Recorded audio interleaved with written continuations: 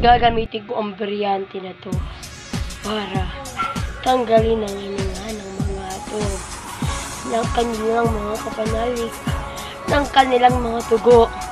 Ngayon din, sundin ang aking utos. Brilyante ng apoy, inuutosan kita. Sunugin ang kanilang kaharian.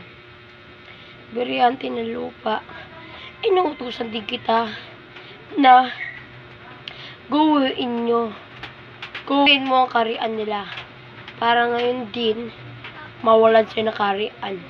Brilyante ang tubig, gumawa ka ng daloy.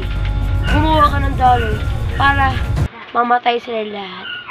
Ngayon din, lahat ng mga brilyante ko, walang makakahawak dahil ako na ang makapangyarihan sa buong Encantadia.